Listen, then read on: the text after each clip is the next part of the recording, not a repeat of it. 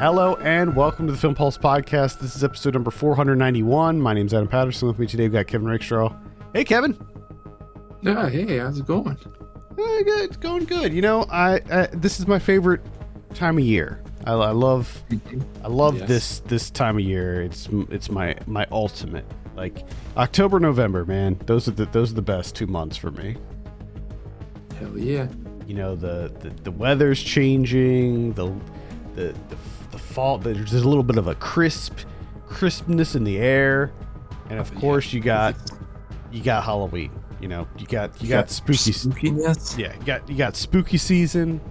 Very exciting. What more could you want? Spookiness and cardigans. Come on now. Oh yeah.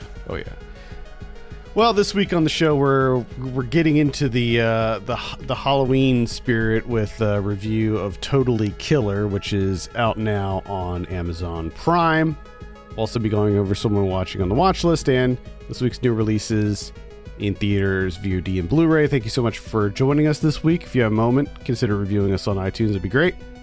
I think we can just jump straight on in. One note about the new Saved by the 90s. We're going to be recording it this week. It's going to be the Halloween special. And I'll tell you right now, like, the theme that we're doing this year is a made-for-TV Halloween. We have so much fun every year doing a made-for-TV Christmas that we decided for Halloween this year we would do a made-for-TV Halloween and cover 4 made-for-TV Halloween horror movies. So, very excited for that. I watched a couple of them so far, and I gotta say, they are absolutely ridiculous, and I can't wait to dive into them. Cool. Speaking of ridiculous, let's talk about Totally Killer. This is directed by Nunchaka Khan. I have a synopsis here. When the infamous Sweet 16 killer returns 35 years later after his first murder spree to claim another victim, 17-year-old Jamie accidentally travels back in time to 1987, determined to stop the killer before he can start. I think I'll start this one off this week. I was kind of interested in this. It looked like a fun horror comedy. Time travel. I like time travel movies. But I gotta say, I was really disappointed with this one. I didn't find it very funny. I didn't find it very scary. So I feel like it was kind of a letdown on both of the genres that it's dabbling in. And the time traveling element feels very, I almost want to say extraneous, where it's so limited in the time travel stuff because like most of the movie just takes place in 1987. And so like, I feel like the time travel stuff is just very minimal. And I also kind of predicted at least one element of what was going to happen. So like it wasn't a surprise when it did happen for me. So yeah, overall initial impressions, just not feeling this one. I mean, it's especially the time travel stuff. It's just like we just need a way, obviously, to get her back to 1987. And then it was just, I mean, it was kind of discussed, but it was done after that. You know what I mean? So you don't really have that. You're right that it's not really that scary at all. Like in terms of being, you know, like a slasher, it's eh. And then the comedies really hit or miss. Like I did chuckle a couple times.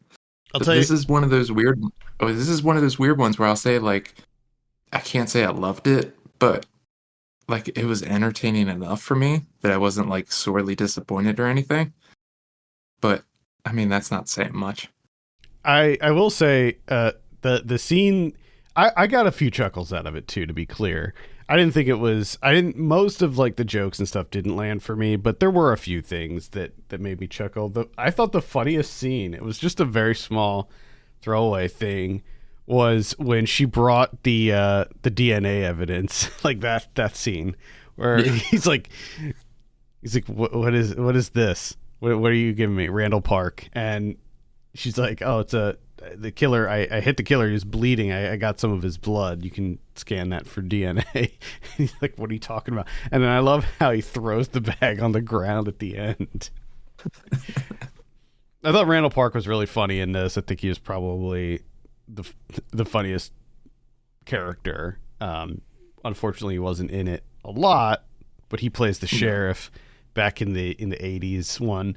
You know, there were a few kind of 80s gags that were funny. Like, they'll always kind of be funny. Like, they addressed the fact that the 80s was just so politically incorrect. I mean, that was kind of a running gag throughout this where, you know, but just the casual racism of the 80s and how everybody was smoking all the time and, you know, just certain aspects of the 80s that they kind of poked fun at, which I liked most of that stuff. I thought was pretty good. Yeah, I think there was enough that worked well enough that, like I said, that it was marginally entertaining, you know, enough that I wasn't like, God, Jesus Christ, like I wasted a Saturday night. Yeah. And I didn't I didn't really like the visuals. I didn't like the look of the killer. I didn't think it was very clever. I didn't like any of the kills. I thought that they were all just, you know, pretty boring. Like they're just kind of, oh, somebody's getting stabbed, you know? I do gotta say that like, I don't know that part of it was the thing that didn't work for me. Because it just felt like way too visceral and jarring. Like in terms of like the overall atmosphere of this, where it was like slightly silly, a comedy, and then next thing you know, it's just Blood a splatter. teenage girl getting like brutally stabbed. Not like an inventive kill or like creativity or anything. It's just a big ass knife going into a teenage girl's midsection 16 times. 16 times. And you're just like, Jesus Christ, this is perhaps a bit too brutal for what everything else is going on in this movie. Because everything else is pretty like fun, like silly, somewhat lighthearted, and then it's just like brutal stabbing. Yeah. It is kind of interesting how everything is played up for laughs for the most part, and then when those killings occur, it's like it's almost too serious. Like I feel like that there's a way that you can kill somebody and even make it gory, but do it in sort of a I don't know, like a more like a less serious way. The way that you like shoot it, or you just make it so over the top that it becomes goofy, you know, like something like that. Yeah. But in this case, you're right. It was pretty serious, pretty brutal. Yeah, like every time like someone would get stabbed or like throat slit or something like that, it was just like, Jesus Christ, God damn. I didn't particularly think that the killer reveal or any of that stuff was very eye-opening or surprising or anything. I didn't really care for that. It also didn't. Yeah. Because that guy's moving, you know, like he's been training. Well, yeah, and you know that motherfucker ain't got no athleticism whatsoever. Well, yeah. I was gonna say something, but it was gonna be a spoiler. I like Kiernan Shipka, who plays the lead Jamie in this. I don't know if I watched the whole series of the Sabrina Netflix show. I can't remember if I watched the whole thing or just like the first couple or maybe 3 seasons, but I actually kind of liked that show, and I thought she did a good job in that role, and I think she's fine in this too. And then, you know, as far as like all the other performances go, I thought that they were all just fine. No complaints there. There was another thing that I liked about how they handled the time travel stuff, because, you know, of course, with any time travel movie, you're always going to be getting into like the paradoxes of time travel, and the way that they kind of handled that in this one, I thought was interesting, where they like referenced the Mandela effect and how in the future, as Jamie was like changing things in the past, they were still kind of remembering the way that it originally was. So like everything that she was changing was kind of turning into a Mandela effect type of thing. And I actually kind of Mhm. liked that. And also the whole like, oh, if you like mess around with like your parents and their timeline, it could cause you to not be born or whatever. How they kind of explain like that wouldn't happen. That made more sense to me than like Back to the Future logic where they would just like kind of disappear. Yeah. So I thought that they didn't like dive super deep into the theoretical science behind time travel or anything like that, but I think that they got into it enough for it to be kind of, be kind of fun, even though I feel like, again, there just wasn't enough of the whole time travel thing. Yeah. No, I It, agree. It's just to me, it didn't excel in any of the various different genres that it's working in. But again, like the performances and the characters themselves are good enough that it's mildly entertaining. I would say, like, it's not a waste of time. I don't think. no, I think ultimately it's not a waste of time, but I feel like when I went into this, it has the same kind of tone as something like Freaky or the Happy Death Day movies. And those three movies do this kind of style of horror movie way better, I think. Um, Yeah.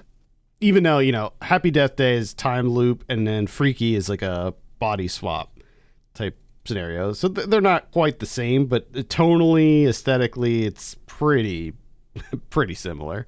Um, but like I would recommend those movies way above this movie. Sure. Yeah, I gotta check those out. Especially Happy Death Day. Oh yeah, They keeps getting brought up. the first Happy Death Day. I didn't mind the second one, but the first one is definitely worth a look. That's a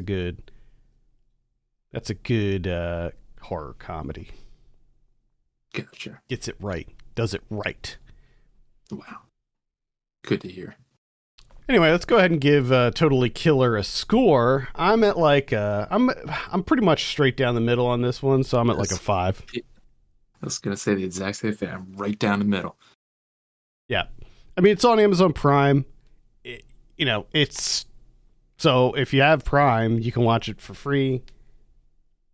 Again, I will say that like it's starting out like on Halloween. Like, all right, that gives you a little bonus, when it takes place oh on yeah, Halloween. That's yeah, nice. that opening scene when it was like during Halloween, I got really amped up for that. I know. Same here. Cool. Okay, that's Totally Killer. Let's talk about someone we've been watching. Kevin, it's your turn this week. Oh, I watched Massacre at Central High from 1976, Oh, okay. All right. Tell me about this. directed by Renee Daldler. You need to see this. This should be more well known. This movie is nuts. It's crazy. The poster is kind of I would say false advertisement. Oh, This is it's kind of a horror movie, but it's not a slasher because like that poster tells you slasher, right? But it's not that. And it's not really a horror movie, but it kind of is. This is surprisingly more like a class struggle type movie, but it does involve a good amount of death. So this new guy goes to a new school, and his buddy, like an old friend of his, is already at this school. So his buddy's like, "Hey man, I'm in with the cool kids. I'm gonna help you out." And you're just kind of like, "Well, this is kind of weird, like this setup." We'll come to find out that like the three cool kids, like they run the school, and they are fucking ruthless. So if they don't like you, they will like make your life living hell. Well, this new kid, he's for the people. He's like, I don't want to be with the bullies. Fuck those guys. And he like kind of fights back. The bullies fuck him up, and he says, "Yeah, you know what? I'm just gonna kill you, motherfuckers now." And Oh, he kills them in very elaborate ways. Like he gets his revenge. And the interesting thing is like At no point, like, these kids are dying and stuff, right? And at no point are you like, wow, I wonder who's doing the killing. No, you know exactly who's doing the killing. And then the problem though is he kills the bullies and it creates this kind of like power where all the like kids that were getting bullied, right? That he was helping out, he's like, hey man, I helped all you guys out. Now we don't have to live under their tyrannical rule. Like we can just be, just live our lives. Well, those kids don't want that anymore. They want to be the new rulers. So then he has to deal with that. It's just a super interesting movie. Some great kills though, really creative kills. One guy, so you get that.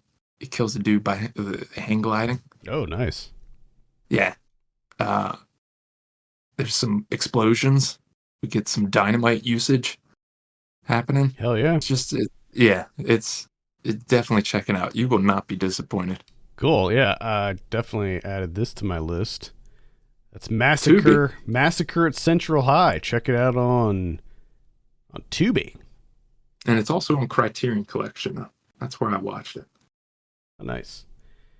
Let's see. I'll start with some of the newer releases that came out this week, and I'll start with Pet Sematary Bloodlines. Mm-hmm. This one was not something that I really had high hopes for. I did not like the remake of Pet Sematary whatsoever. And this one it's more like a sequel to that to that remake. It has kind of the same look and vibe. So it's like a prequel, really. It takes place in 1969. So, I was thinking, well, at least maybe it'll have like a cool kind of vintage aesthetic to it, but not really. I mean, it's just another Pet Sematary movie. None of it is scary. There's nothing new here. There's nothing creative. The acting is meh, whatever, meh. It's surprising some of the people who are in this. You got Henry Thomas, Pam Grier, David Duchovny. People know these. These are known names. Yeah. It none of it works. It basically what you have here is the beginning of the movie. David Duchovny's character already brought his son back. His son was killed in Vietnam, and he used the cemetery to bring his son back to life. So that whole thing is already established at the beginning. The rest of the movie is just sort of this small town life thing where you have the two main characters who are trying to leave town, go to the Peace Corps, but then they discover that, well, their friend he came back from Vietnam and he's not quite right. So, and then due to something happening, it kind of keeps them in the town, and then they have to go up against, the person who came back from the dead. And what this person is doing, what this kid is doing, is he's killing people and then burying them in the cemetery to bring them back too. So you have a bunch of people coming back. Too many people coming back. Yeah, probably. at the onset it sounds kind of interesting, but they just don't do anything interesting with it. It just ends up feeling like a super kind of generic. Yeah, because it seems like they took the original idea and they're like, what if more people came back? Yeah. I mean, it's not, it's not good, but it's not an absolute train wreck either. It's still above what you would think of with a straight to video sequel of a Hellraiser movie or something like that. The production quality is still fairly high here, and it was entertaining, mildly entertaining. But I can't recommend it. If you have Paramount Plus, it's on there. So If you have if you're one of the 10 people that has Paramount Plus, check it out. Pet Sematary Bloodlines. I wonder what's going to be next. Pet Sematary Aftermath. Oh yeah, you're slowly getting your money's worth with Paramount Plus. One of these days, that investment is going to pay off. Yeah. I don't think it's going to be anytime soon. Nope. I finally watched Child's Play. 1988. You know Chucky? You heard of Chucky? Yeah, I'm a fan of this series. He's a doll comes to life. He's got Brad Dourif inside of him, Hell yeah. which is exactly what you want from a murderous doll. You want Brad Dourif to be inside of it. And so I finally watched this for the first time. This is on HBO Max. And I mean, I wasn't blown away by any stretch. I did find the Chucky stuff like towards the end of this movie pretty impressive. It got pretty disturbing. Like as he's like slowly being dismantled. And I thought the kid, Alex Vincent, the kid that gets Chucky, I thought that was a pretty great performance from a kid. I was not expecting that in a horror movie. Yeah. But man, that kid's selling this idea. Like I was buying in because I'm going into it. I'm like, it's a fucking doll. Just pick it up by the ankles and smash it against the wall. What the fuck, man? But this kid sold it to me where I'm like, hey, yeah, I totally get it. I'm scared of this doll. There's still that part of me was like, pretty sure you can kill this thing rather easily, but they don't. They fuck up. Adults don't know what they're doing. The one thing about this is that he's sneaky. Like, you think to yourself, oh, it's like a 2-foot doll. I'll just drop kick it or whatever. But he sneaks up on you. You don't know. Sometimes they've gotten their hands on him plenty of times, but they're too scared. But he also has like human man strength too. Yeah, but it's still 2 foot tall. True. Yeah. Yeah. True. I mean, I guess I could be different if I had to go toe to toe with Chucky. But as soon as I see Chucky move, I'm fucking that thing up. I'm not waiting for like, and yeah. I don't give a shit about backstory. I don't care how the voodoo stuff works. I don't give a shit about any of it. I'm destroying it. As soon as I see it move, it's destroyed. Right? And that's the problem is they're like, oh, well, we got to find out like what's going on. No, you don't. You kill it. Just kill it immediately. Just destroy it. Yeah. But I will say that, I mean, it's definitely not up there with the other, I would say, like horror canon films. You know what I mean? I was like, it's all right. I don't know like how much further down the road I'm gonna go with Child's Play, like as a series. But it was fine. I would say if you are curious to keep going with it, 2 and 3 are, I think, they're worth a look. I think they're all. I like the whole series. I'm not a huge fan of Bride and Seed, which is those are the ones that it started getting kind of goofy, and then after that there was like a really long break, and then they came back with Curse and Cult, and those are back to like kind of horror roots, and those. But really, I think the original trilogy is probably enough. Okay. Yeah, I would probably stop there because there's too many Chuckies. I'm sorry. There's too many of these movies. There's a good number. There's a good number of Chuckies. There's too many. I don't know how many, but I know it's too many. Yeah, there's a decent number of Chuckies. Well, I'll deviate from my new stuff and talk about another Brad Dourif movie. And that's Nightwatch from 1997. This is directed by Ole Bornedal.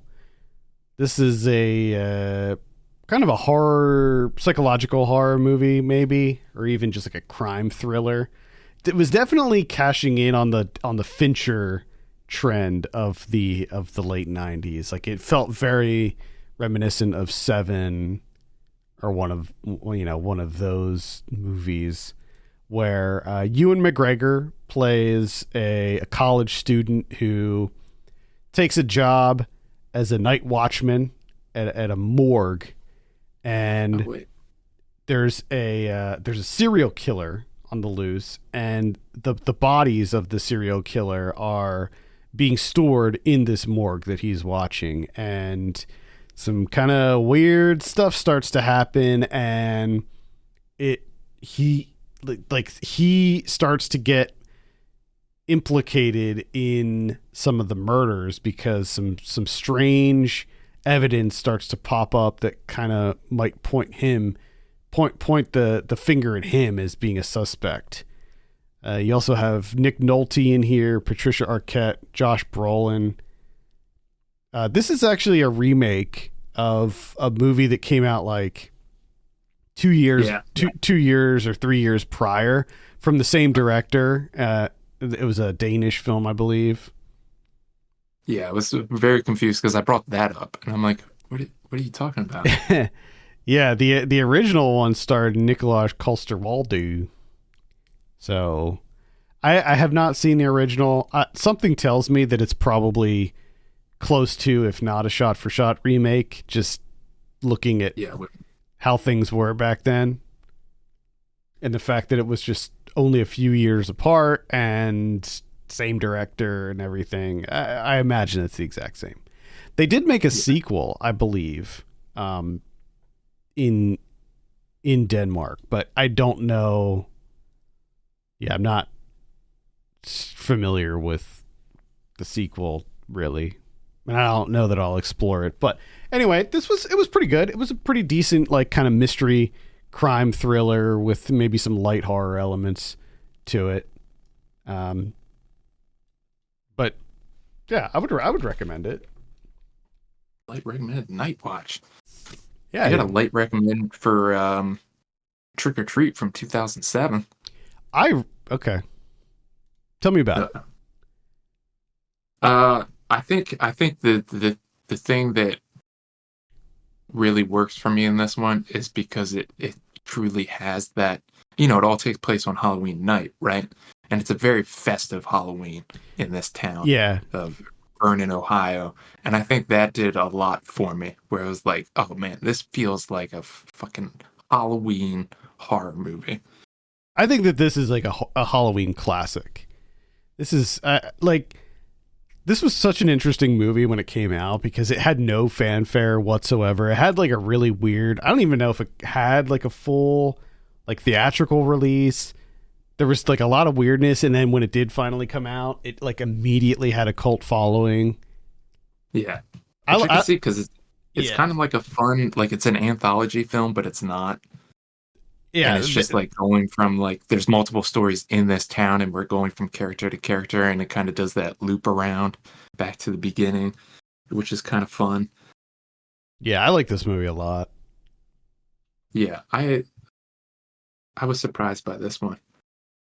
I enjoyed this more than I thought I would, and I think again because of the whole Halloween night, like man, it really sometimes when I'm looking for a horror movie and you give me that full fall Halloween feel, man, it's such a boost. Yeah. Like kids, you got your suburban neighborhood, leaves are falling, kids running down the street, pumpkins and all of that. Like it really captures that. The grumpy guy that lives in their neighborhood, which, come on, kids, like he's got no lights on. His house looks like shit. Why are you knocking on his door for candy? Come on. Yeah. He don't have anything.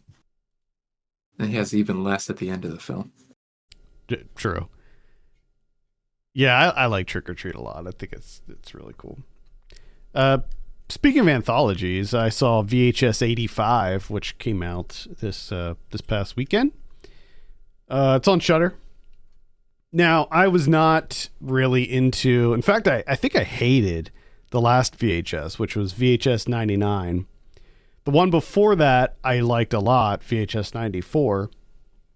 This one, I think, is better than 94, better than the third one, which was, I think, called VHS Viral. I think this is probably maybe the second or third best in the series. That's not to say that all of the segments knocked it out of the park, because they didn't. There were a couple of the segments that I just wanted to be over. I was not into.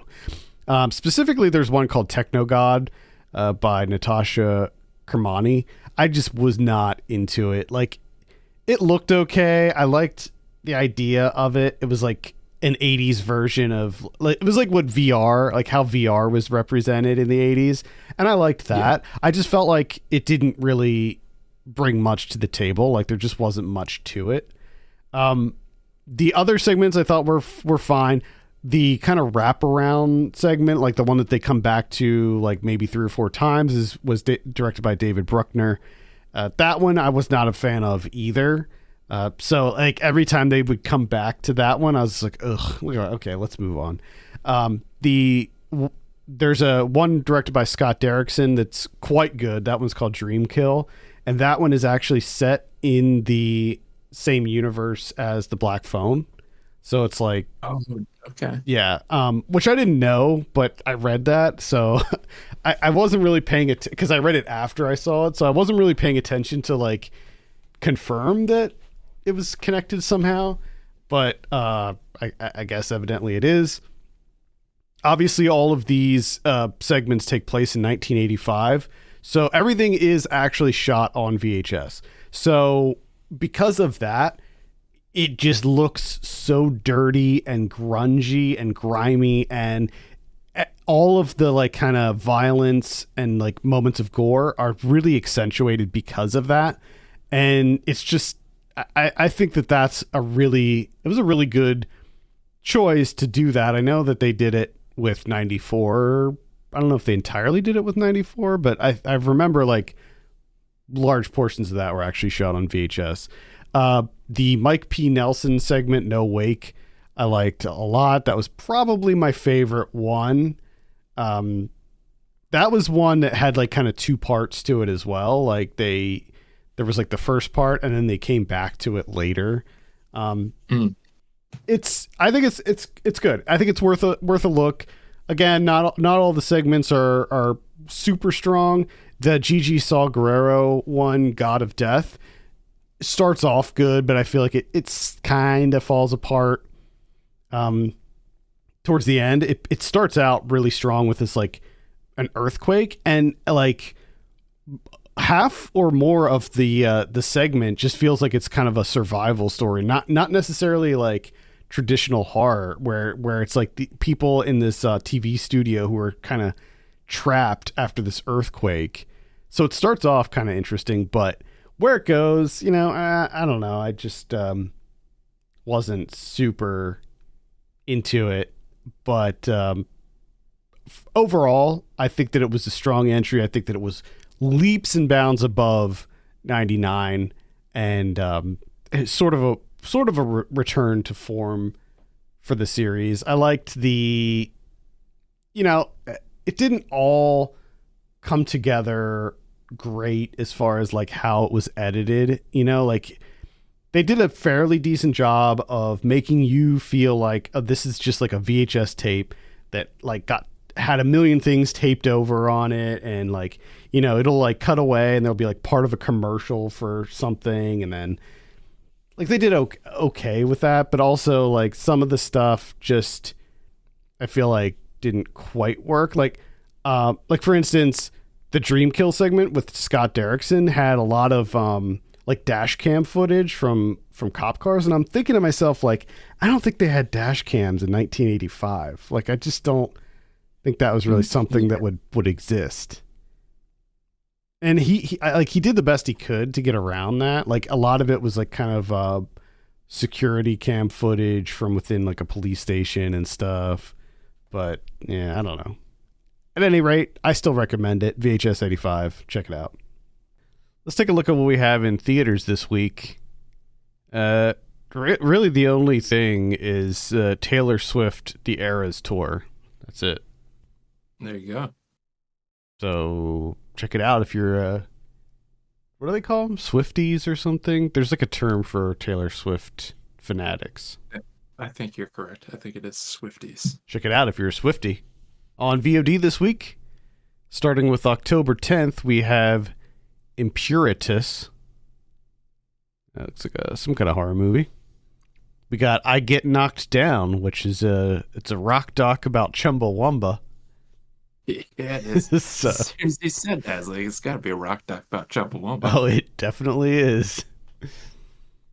We got Garden City, Kansas, Mercy Road, and then on the 13th, we have Dear David.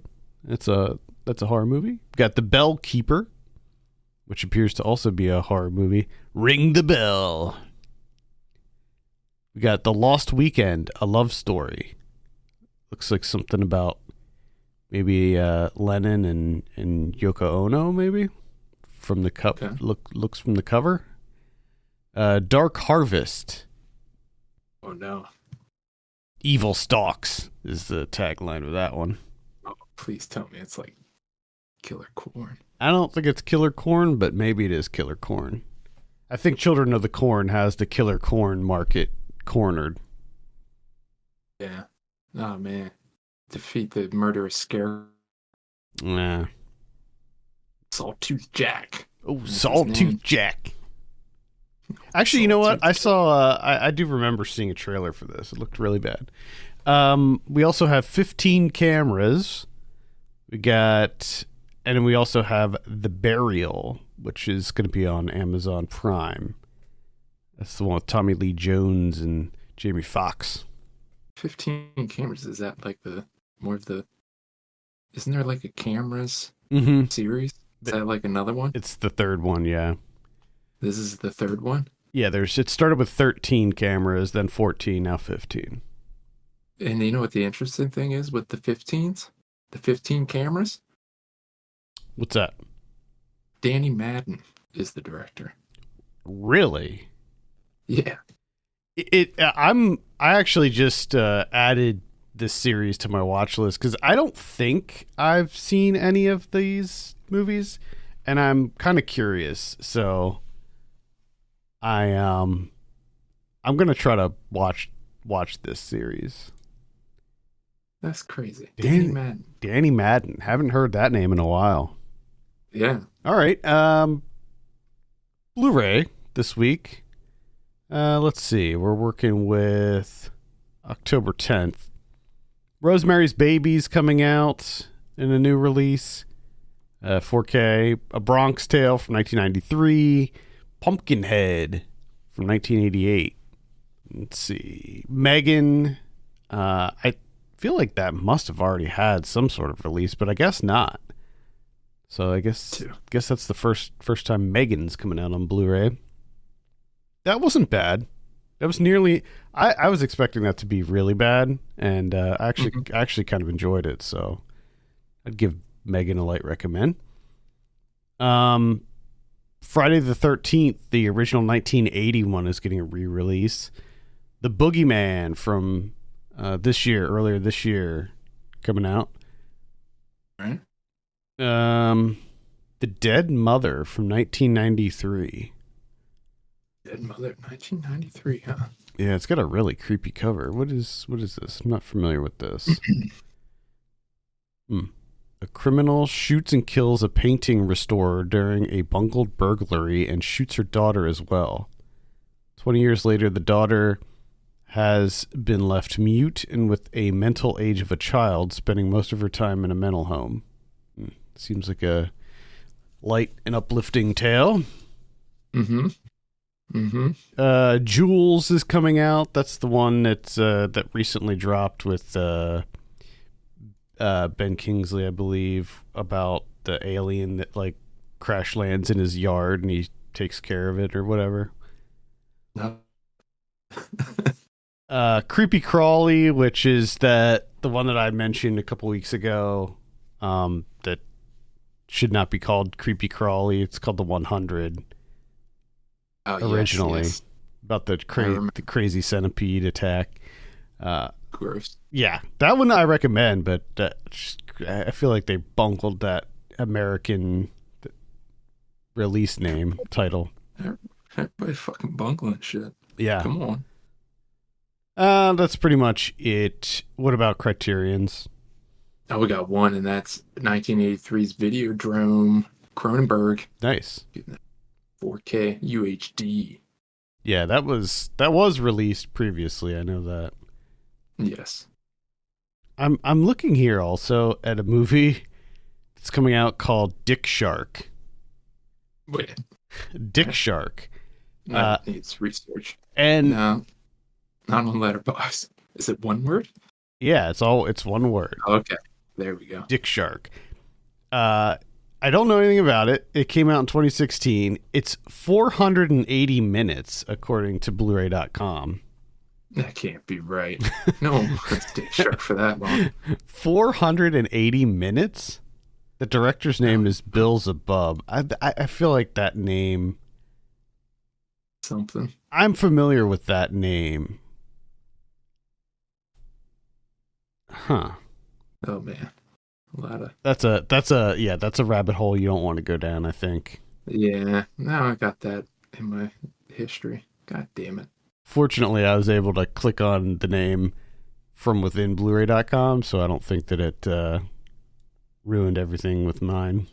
I am familiar with that director, though. I don't know where I saw something. He was featured in a documentary maybe or something, but I know the name and I'm familiar with the title of some of these movies. Yeah, though this one review does say watch the 7-hour cut of Dick Shark. I'm so confused. I have to. I'll do more research on this offline because it looks like the original cut was only 200 minutes. So it's just multiple cuts of Dick Shark for some reason. Oh, not one person asked for any of these cuts. Yeah, I gotta look into this one more. If it's a porn, I'm not gonna buy. I mean, it looks like it might be a porn. Oh, I'm sure it's very poor taste. Yeah. Anyway, I think that's going to do it for this week. Thank you so much for listening. You can send us your questions and topics to podcast@filmpulse.net. And if you could take a minute to give us a review on iTunes, that'd be great. For Kevin Rakestraw, my name's Adam Patterson. We'll see you next week.